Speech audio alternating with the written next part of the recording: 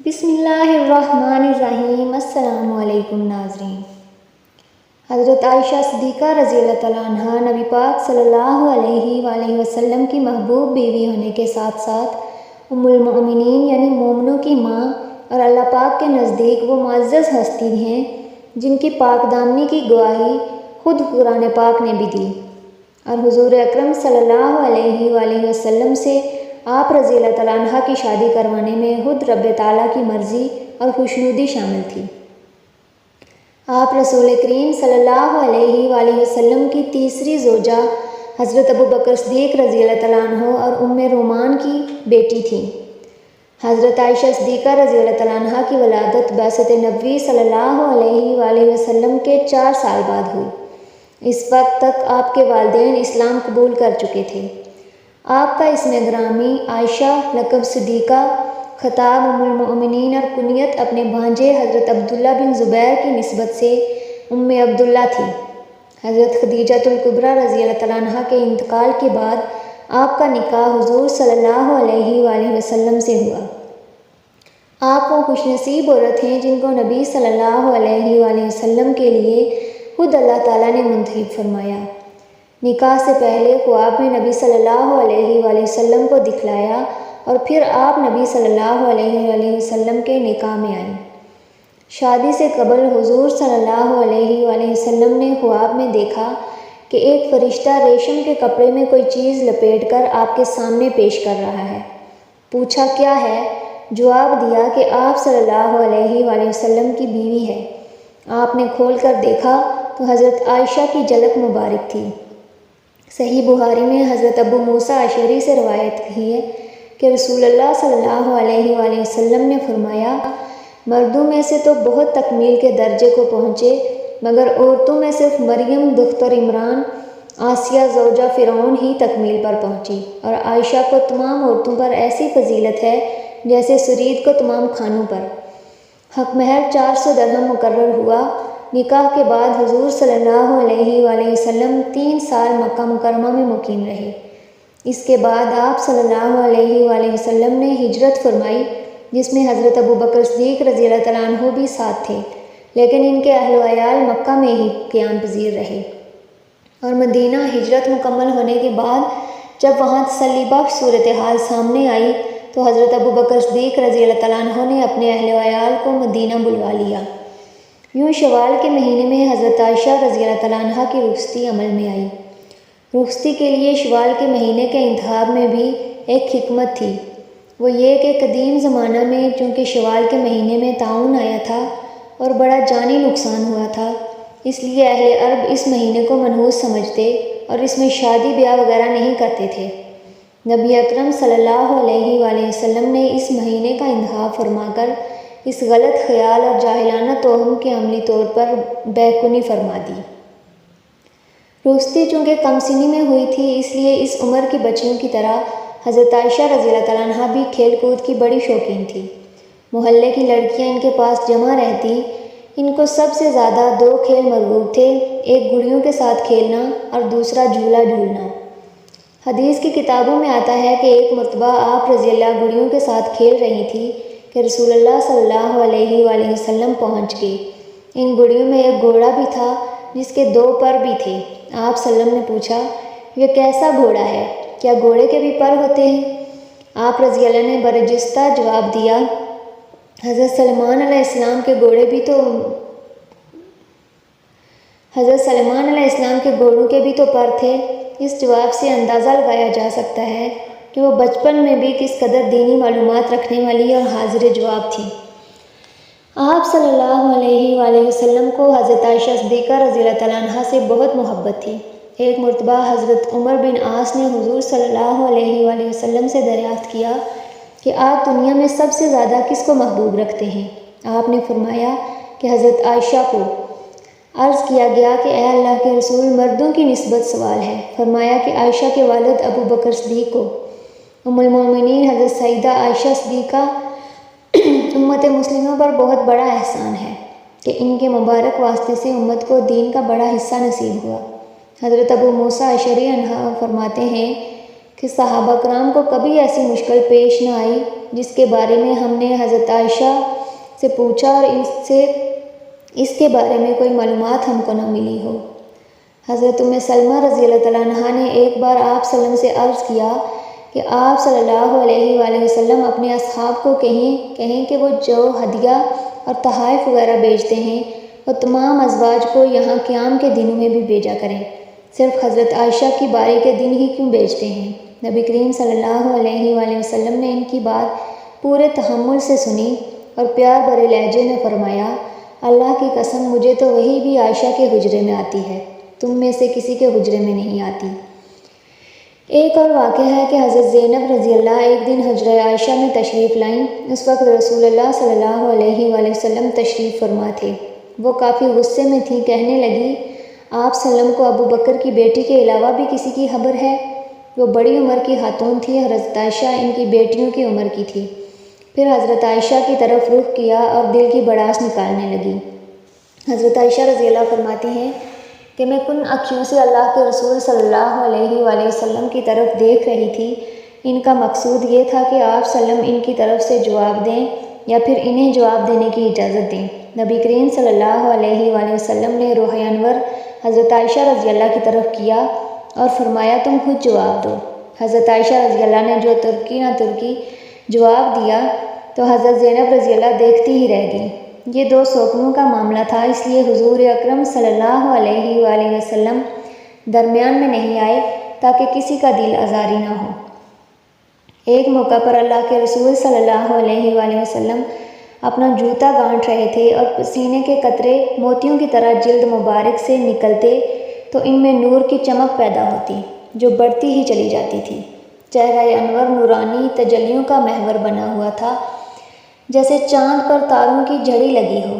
حضرت عائشہ رضی اللہ مسلسل یہ منظر دیکھ رہی تھی، پھر روئے انور کے قریب آئیں اور کہنے لگیں، اے اللہ کے رسول، اللہ کی قسم آج اگر شاعر ابو کبیر حضلی موجود ہوتا اور آپ کے چہرہ مبارک کو دیکھتا تو اسے اپنے اشعار کا درست مصادق مل جاتا جو اس نے اپنے خیالی محبوب کی شان میں کہے تھے۔ آپ صلی اللہ علیہ وسلم نے فرمایا، سناؤ ذرا ہم بھی سنیں۔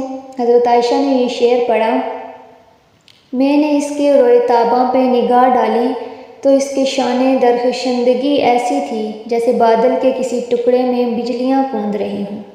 یہ سن کر اللہ کے رسول صلی اللہ علیہ وسلم نے دست مبارک میں جو کچھ تھا اسے رکھ دیا اور حضرت عائشہ کا ماتھا چوم کر فرمایا، عائشہ، جو سرور مجھے اس کلام سے حاصل ہوا ہے وہ تجھے اس نظارے سے بھی حاصل نہ ہوا ہوگا۔ یہ بھی محبت کے اظہار کا ایک طریقہ تھا۔ اس میں مسلم شوہروں کے لیے رسوا بھی ہے۔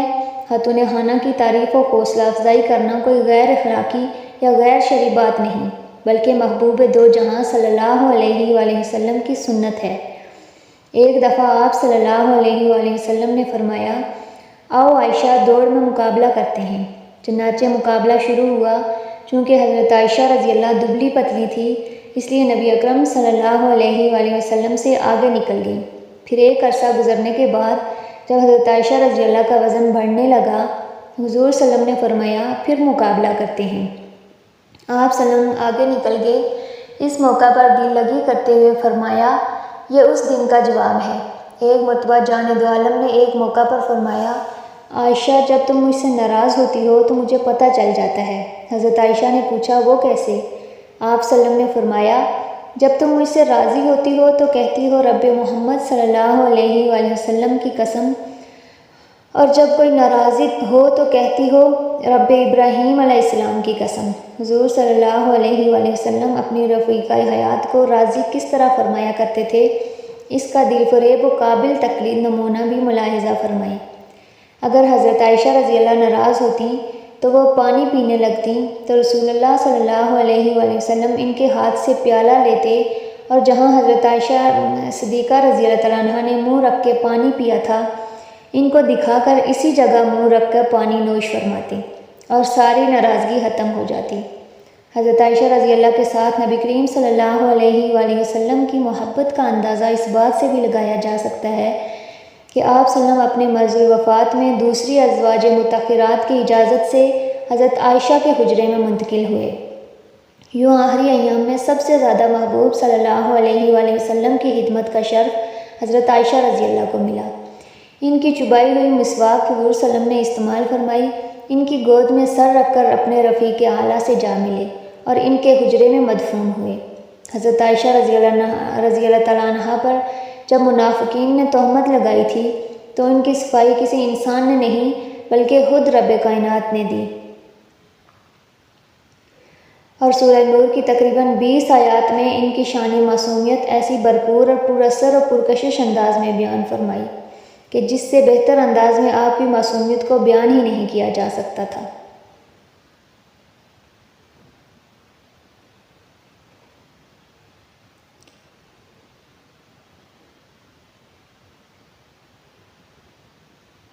پیغمبر اسلام صلی اللہ علیہ وآلہ وسلم جب کہیں سفر پر جانے کا ارادہ فرماتے تھے تو وہ اپنی بیویوں میں سے ایک کو اپنے ہمراہ لے جانے کے لیے قرعہ کشی فرماتے تھے۔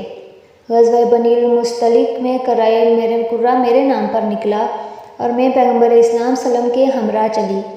راستے میں ایک پڑاؤ پر ہم رک گئے اور میں ایک کام کی وجہ سے کاروان سے ذرا دور چلی گئی۔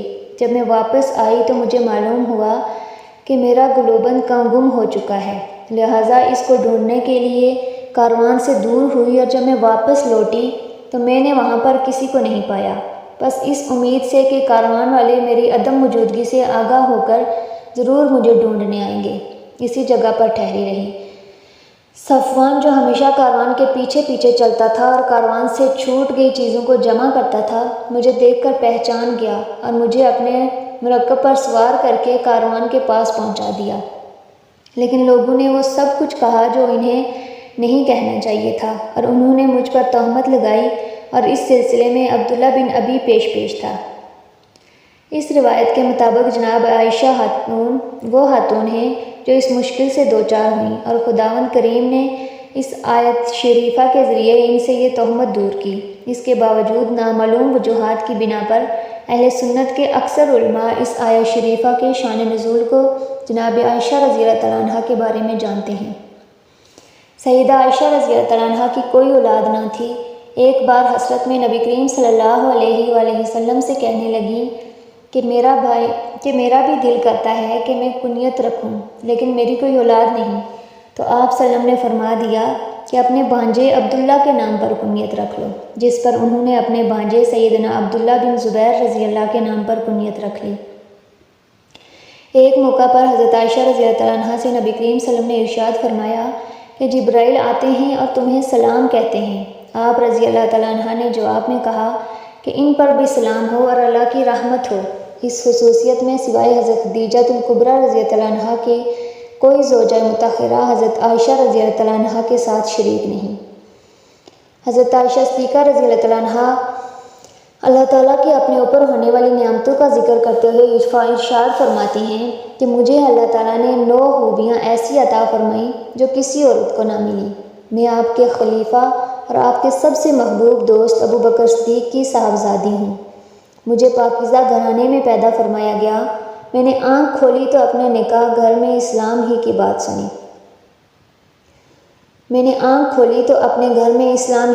سنی۔ نکاح سے پہلے میری تصویر حضرت جبرائیل علیہ السلام نے نبی کریم صلی اللہ علیہ وسلم کی خدمت میں پیش کی۔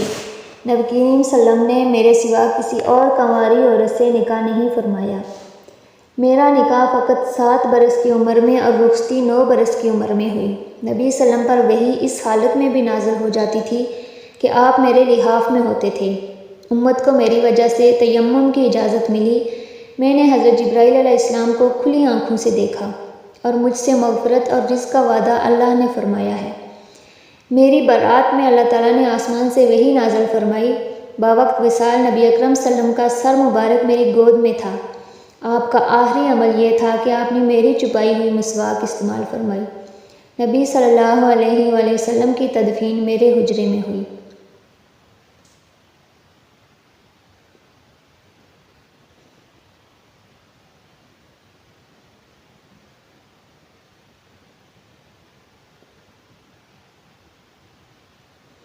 حضرت عائشہ رضی اللہ تعالیٰ عنہ نے اپنی ازدواجی زندگی اس خوبصورتی کے ساتھ گزاری کہ ایک مسلمان عورت کے لیے ان کی زندگی کے تمام پہلو، شادی، رخصتی، شوہر کی خدمت و اطاعت، سوکن سے تعلقات، بیوگی خانہ-داری کے تمام پہلو اس قدر روشن ہیں کہ ان کی تقلید کر کے ایک مسلمان عورت دونوں جہاں میں اپنے پیدا کرنے والے کے سامنے سرخرو ہو سکتی ہے۔ بروز پیر 12 ربیع الاول 11 ہجری مطابق 8 جون کو رسول صلی اللہ علیہ وآلہ وسلم نے مدینہ منورہ میں واقع مسجد نبوی سے ملحقہ ہجرہ عائشہ میں وفات پائی۔ حضرت عائشہ رضی اللہ تعالیٰ عنہا کی عمر مبارک اس وقت 18 سال تھی۔ آپ 9 سال رسول صلی اللہ علیہ وآلہ وسلم کی ہمراہ رہیں۔ جب رسول صلی اللہ علیہ وآلہ وسلم نے وفات پائی تب آپ کی عمر 18 سال تھی اور قریباً رسول اللہ صلی اللہ علیہ وآلہ وسلم کی وفات کے بعد 47 سال 6 ماہ